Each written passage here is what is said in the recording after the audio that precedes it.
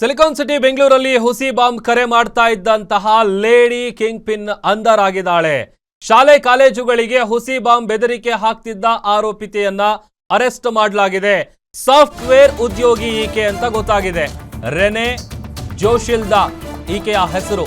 ಆಕೆಯನ್ನ arrest ಮಾಡಲಾಗಿದೆ.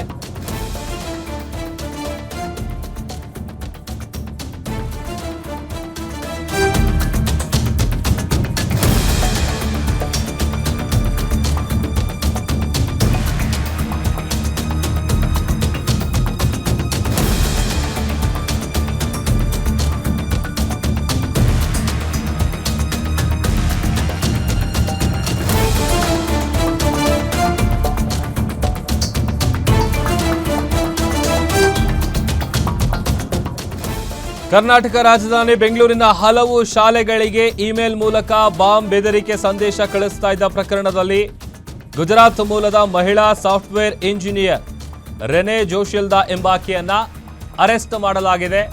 Software ಉದ್ಯೋಗಿ ಈಕೆ ಅಂತ ಗೊತ್ತಾಗಿದೆ. ವಿಪಿಎನ್ ಇಂಟರ್ನೆಟ್ ಅನ್ನ ಬಳಕೆ ಮಾಡ್ತಿದ್ಲು ಈಕೆ.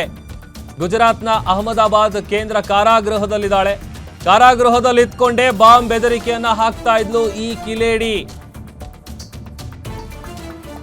ಜೂನ್ 14 ಕಲಾಸಿಪಾಳ್ಯ ಠಾಣಾ ವ್ಯಾಪ್ತಿಯ ಶಾಲೆಗೆ ಬಾಂಬ್ ಬೆದರಿಕೆಯ ಕರೆ ಬಂದಿತ್ತು.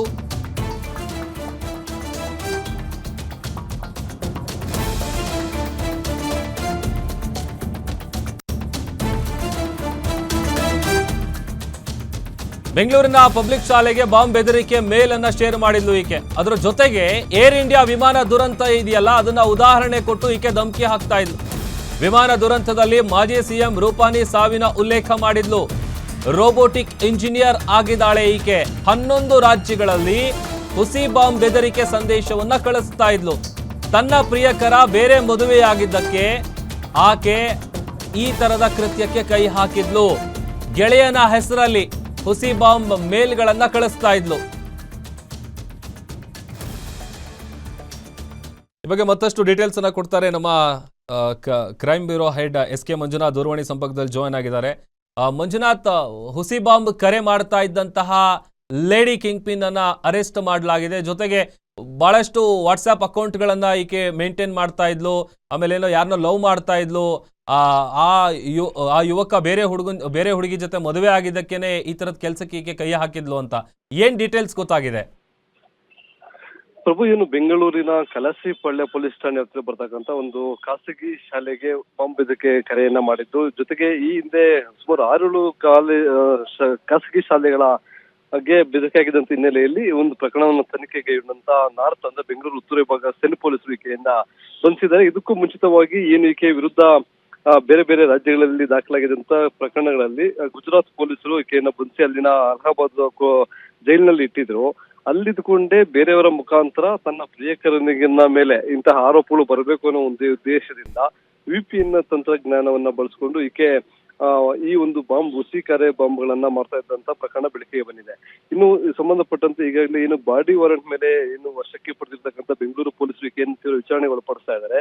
ವಿಚಾರಣಾ ಸಂದರ್ಭದಲ್ಲಿ ಈಕೆ ಏನು ಮೂಲತಃ ತಮಿಳುನಾಡಿನವರು ಸಾಫ್ಟ್ವೇರ್ ಕಂಪನಿಯಲ್ಲಿ ಒಂದು ಕೆಲಸವನ್ನ ಸಹ ಮಾಡ್ತಾ ಇದ್ರು. ಅಲ್ಲಿ ಏನು ಒಬ್ಬ ಪ್ರಭಾಕರ್ ಅಂತಕ್ಕಂಥ ಒಬ್ಬ ಯುವಕನನ್ನ ಪ್ರೀತಿ ಮಾಡಿದ. ಆದ್ರೆ ಆತ ಬೇರೊಬ್ಬ ಯುವತಿಯೊಂದಿಗೆ ಮದುವೆ ಆದಂತ ಹಿನ್ನೆಲೆಯಲ್ಲಿ ಕೋಪಗೊಂಡಂತ ಏನು ಈಕೆ ಆರೋಪಿ ಇದ್ದಾಳೆ. ಈಕೆ ಅವನು ನಾನು ಮಾಡ್ತಕ್ಕಂಥ ಕೃತ್ಯಗಳು ಅವನ ಮೇಲೆ ಆರೋಪ ಹೋಗುತ್ತೆ, ಅವನನ್ನ ಬಂಧಿಸ್ತಾರೆ, ಅವನಿಗೆ ಶಿಕ್ಷೆ ಆಗುತ್ತೆ ಅನ್ನೋ ಒಂದು ಉದ್ದೇಶದಿಂದ ಈ ರೀತಿಯಾದಂತ ಕೃತ್ಯಗಳನ್ನ ನಡೆಸ್ತಾ ಇಲ್ಲ ಅಂತಕ್ಕಂಥದ್ದು. ಹೀಗಾಗಿ ಗುಜರಾತ್ ನಲ್ಲಿ 21 ಕಡೆ, ಬೆಂಗಳೂರಿನಲ್ಲಿ 6 ಕಡೆ, ಚೆನ್ನೈ, ತೆಲಂಗಾಣ, ಪಂಜಾಬ್, ಮಧ್ಯಪ್ರದೇಶ ಈ ರೀತಿ ಸುಮಾರು 6-7 ರಾಜ್ಯಗಳಲ್ಲಿ ಕೃತ್ಯವನ್ನು ಎಸಗಿದ್ಲು ಅಂತಕ್ಕಂಥದ್ದು ತನಿಖೆ ವೇಳೆ ಬೆಳಕಿಗೆ ಬಂದಿದೆ. ಈಗ ಮತ್ತಷ್ಟು ಈ ಒಬ್ಬ ಯುವಕನನ್ನ ಸಂಬಂಧಪಟ್ಟಾಗಿ ಅಥವಾ ಬೇರೆ ಬೇರೆ ಯಾವ ಕಾರಣಕ್ಕಾಗಿ ಈ ರೀತಿಯಾದಂತಹ ಕೃತ್ಯವನ್ನು ಎಸಗಿದ್ಲು ಅನ್ನೋದನ್ನ ಪತ್ತೆ ಹಚ್ಚೋದಕ್ಕೆ ತನಿಖೆಯನ್ನ ಮುಂದುವರಿಸಿದ್ದಾರೆ. ಪ್ರಭು, ಓಕೆ, ಥ್ಯಾಂಕ್ ಯು ಮಂಜುನಾಥ್.